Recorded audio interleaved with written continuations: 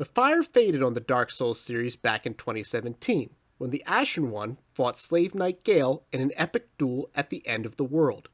A fitting conclusion to 3 incredible games, and an appropriate ending to a franchise that forever changed the video game landscape.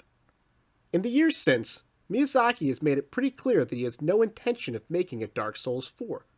From Software has moved on, with experimental titles like Sekiro and their open-world masterpiece Elden Ring, both of which were honored with the coveted Game of the Year award at TGA. For a developer that preaches innovation and moving forward, I have a hard time imagining they'd ever want to turn the clocks back and return to the world of bonfires and fire maidens outside of maybe a potential triple remaster or something like that down the line. But for many of us, the Dark Souls series was a formative experience, a grim but beautiful journey that transformed our outlook on video games forever. Whether you developed a taste for environmental storytelling, figured out how to parry like the best of them, or learned to persevere through difficulty, as I did when I got stuck on the Twin Princes for far longer than I'd like to admit, I'll wager that if you're here watching this video, then your career as a gamer was changed by the Souls series. So it's only natural to want to return to the macabre familiarity of Dark Souls, and in a form hardier than just a simple replay. Fortunately, while Miyazaki won't be making a Dark Souls 4, a group of dedicated fans are making something that basically is Dark Souls 4. Dark Souls Archthrones is a total conversion mod for Dark Souls 3 that I've been looking forward to ever since I first heard about it. Though, to call it a mod is selling the work that's been done here a bit short. This is basically an entirely new game. Taking various concepts from the series at large, like the Archstones of Demon Souls and the Throne of Want from Dark Souls 2, Dark Souls Archthrones invites us to return to a series we love, set in a new and exciting time period, and full of familiar characters and fresh lore to explore. So let's take a look forward to Dark Souls Archthrones. First, as the name implies, Archthrones includes a callback to the Archstones mechanic of Demon Souls. In that game, the Archstones were used to travel to new regions, and the same is true here. In the gameplay showcase, we see the player character, referred to as the Emissary of Thrones, use the Archthrone of the Old Gods to travel to Haida, and the Archthrone of the Bountiful Queen to teleport to what appears to be an early incarnation of Lothric. The game's main hub is even referred to as the Nexus, another reference to Demon Souls. It's really cool to see this merging of ideas, the blending of concepts from the series' earliest game with the setting and scenery of the later titles. Speaking of a blending of concepts, one thing that really stands out to me about Archthrones is the number of Dark Souls 2 references. Dark Souls 2, as many others have said, is probably the most divisive entry in the series. Some people loved it, some people hated it, others are just amused by its shared vibes with Elden Ring. But no matter how you feel about it, I don't think you can deny that it remains a critical entry in Dark Souls lore, particularly in how it applies the series' core theme of cyclical rebirth to kingdoms and the Lord Souls. But it's hardly referenced in Dark Souls 3, a game that quite intentionally remixes the hallmarks of all the other games. I love the way Dark Souls 3 feels like a tired world at the end of its rope, but I found the lack of callbacks to Dark Souls 2 to be a bit disappointing.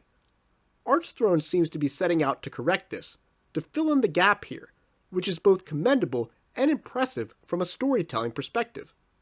As I mentioned earlier, in the gameplay showcase, the Archthrone of the Old Gods, which is adorned with statues of Gwyn and his divine family, takes us to Haida, a nod to the theory that the region was the successor to Anor Londo, while the Archthrone of the Bountiful Queen, an obvious reference to Guinevere, transports us to what seems to be Lothric, following up on the generally accepted belief that she is the mother of the Twin Princes.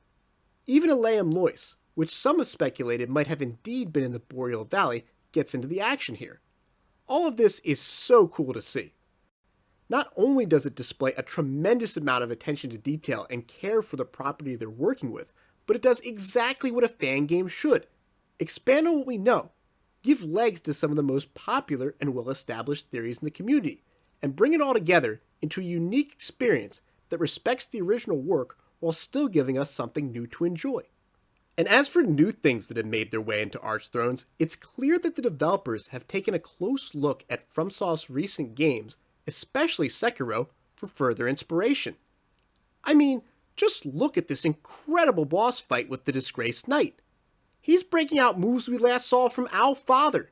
And yes, that sound you hear is my PTSD from that fight coming roaring back to me. But it's not just the movesets, it seems that other gameplay mechanics have made it in as well. In one of their other videos, an NPC who is a clear callback to the sculptor from Sekiro offers the player access to an expanded stock of items in exchange for a special kind of liquor, similar to the sake mechanic from that game, which I really enjoyed. So in this way, the gameplay is familiar with the calculated and dangerous exchange of animations we're accustomed to from a Dark Souls game, but blended in with some of the highlights from the more recent additions to FromSoft's catalog. Finally, back to the NPCs, yes, this mod is entirely voiced with its own soundtrack as well. So it really is, in so many ways, its own game. And if you ask me, it's sure shaping up to be as good of a fan-made successor to Dark Souls as I could possibly imagine. As of right now, Archthrones has no release date, but a demo is on the way. When it comes out, I will definitely be playing it and posting the footage here for all of you to enjoy. Archthrones team, best of luck on the road to release for the demo and the finished game. Please, take as much time as you need to complete your work on this one. It sure looks like it's going to be a masterpiece of a fan creation, and I can't wait to see how the community feels about it. If you'd like to find out more about Archthrones or support the game, just follow the links down below in the description box. Thanks for watching, and I'll see you guys next time.